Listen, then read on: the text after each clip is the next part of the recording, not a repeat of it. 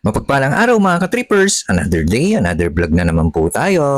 Kamusta Paniganyans? Hello world! Ang customer po natin sa vlog na ito ay si Sir Bin mga ka-trippers. Dumayo pa po ng paniki si Sir Arbin mga ka-trippers, taga-Talugtod, Nueva Ecija po pala sila. Minotor niya lang mga ka-trippers at kasama niya pong asawa at anak niya. Dating avid viewer lang po natin si Sir Arbin, ngayon siya na po ang pinapanood. Dapat sa Manila po siya magpapatato kasi alam niya po marami akong tinatatuan. Nagbaka sakali lang po silang mag-walk-in. Buti na lang mga ka-trippers at natsambahan po nila. Katatapos ko lang po mag-piercing noon mga ka-trippers. Nung dumating po sila, yung unang tattoo po ni Sir Arbin mga ka-trippers, yung spider logo, ay 1 hour ko pong ginawa yun. At yung tattoo rate niya po doon ay 1,300 mga ka-trippers. Yung dragon po mga ka-trippers ay in-inquire niya lang pero nagulat po ko nung pinagawa na rin niya. Ang sabi niya sa akin mga ka-trippers ay matagal akong makakabalik kuya kasi busy na ako sa trabaho ko niyan. Kaya minsanan ko ng paggagawa kuya para minsanan na rin ang paggaling. Matibay at matiisin din pong tatuan si Sir Arbin mga ka-trippers. Bali yung dragon tattoo po pala ni Sir Arbin mga ka-trippers ay 3 hours ko pong ginawa yan. Bali nakatatlong tattoo break lang si Sir Arbin nun mga ka-trippers at tuloy-tuloy na po namin ginawa. At yung tattoo rate po pala niya sa dragon design niya ay 7,000 pesos. Yung total rate po sa lahat ng tattoo ni Sir Arbin ay 8,300 pesos mga ka-trippers. Sa mga gusto po ng quality at affordable tattoo, always welcome po kayo dito sa JB Tattoo. Salamat po!